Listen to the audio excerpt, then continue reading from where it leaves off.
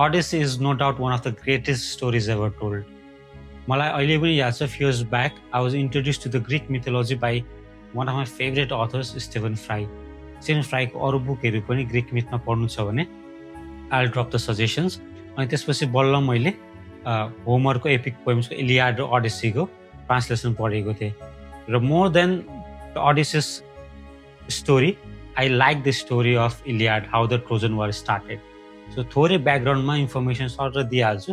So anybody who is going to watch Odyssey थाहा होस् कि ट्रोजन वार चाहिँ कसरी स्टार्ट भयो र त्यस पछाडिको कहानी त अडिसिस अभियसली फिल्मले बताइ नै हाल्छ. यो स्टोरी चाहिँ हामी मेनली 3 पार्टमा डिभाइड गर्छौँ. नम्बर 1 पार्ट भनेको let's look at Troy. Troy भनेको चाहिँ इट्स अ डिफ्रेन्ट सिटी. जस्तो ग्रिकमा सिटिजहरू थियो, इथिका, माइसेनी, एथेन्स जस्तो सिटीहरूबाट छुट्टै सिटी छ एउटा Troy. Troy is very very wealthy, very very successful.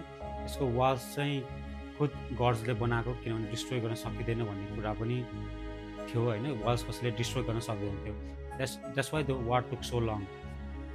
त्यस पछाडि the Troy is ruled by King Priam and his queen Hecuba. त्यस पछाडि Queen Priam has 50 sons and 50 daughters. त्यसपछि one of the sons is Prince Hector. त्यसपछि उसको sister Cassandra. Cassandra basically rejected God. So गडले चाहिँ एउटा curse दिएको हुन्छ कि कुनै पनि प्रोफेसी, उसले भनेको प्रोफेसी कसैले पनि बिलिभ गर्दैन, जसले पनि उसलाई मेन्टलको हिसाबले लिन्छ.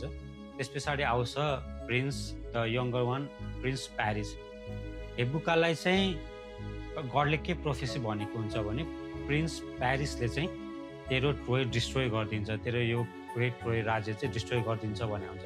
त्यही भएर हेबुका is going to kill prince Paris. हेबुकाले चाहिँ अब यो प्रिन्स प्यारिसलाई मार्नुपर्छ भनेर वचन लिन्छ. त्यसपछि प्रिन्स प्यारिसलाई मार्न सक्दैन किनभने आफ्नो छोरा हुन्छ. त्यसपछि एउटा सेपर्डलाई दिन्छ मार्नको लागि. सेपर्डले पनि सेम स्टोरी, मार्न सक्दैन र आफ्नै छोरा जसरी हुर्काउन थाल्छ. This one part of the story where prince Paris is being brought up by a shepherd family.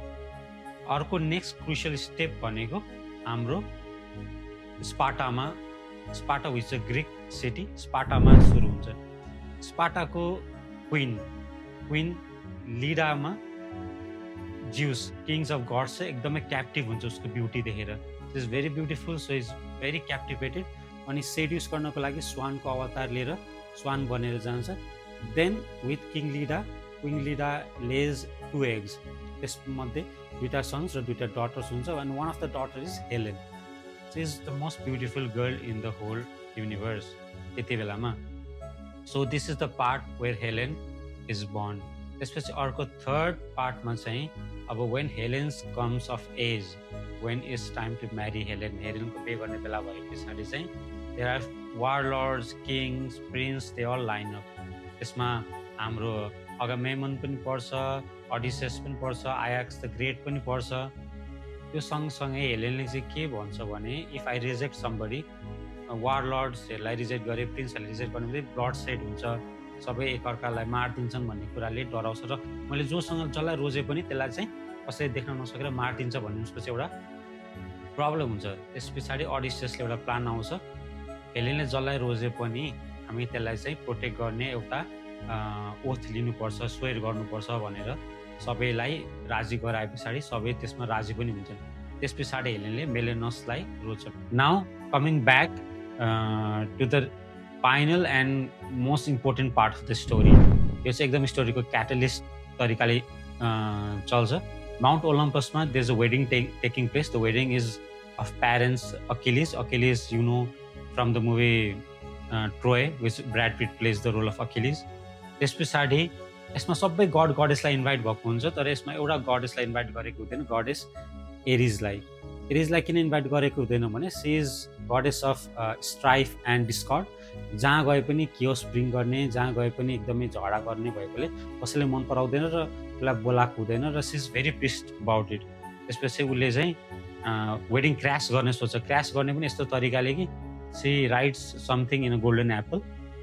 C basically writes to the most fair or एकदम beautiful, the most beautiful girl भनेर त्यो वेडिङमा फ्यालिन्छ. सो त्यो apple claim गर्ने चाहिँ princess त्यसपछि अथिना, हिरा र एफ्रोडाइटी हुन्छ।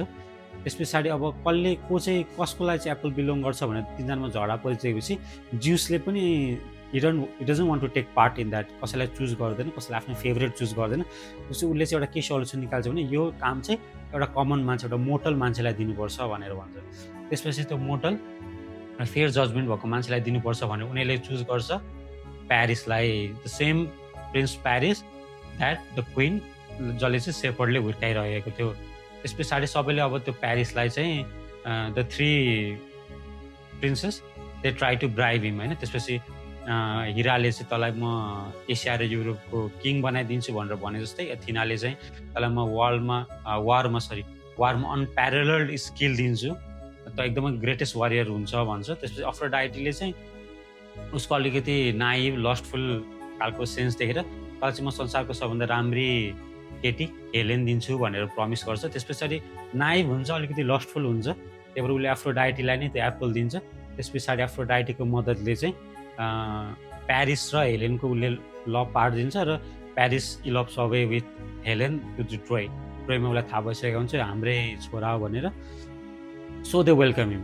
त्यस पछाडि मेलेनस एउटा वेडिङबाट रिटर्न हुँदा उसको वाइफ किडन्याप भएको देखेर इज भेरी पिस्ड, अनि त्यस पछाडि उसले चाहिँ अब चाहिँ बदला लिनुपर्छ भनेर देन द ग्रिक्स असेम्बल होइन, किनभने एउटा ओथ पनि स्वेयर गरेको थियो रिमेम्बर होइन बिहे गर्ने बेलामा।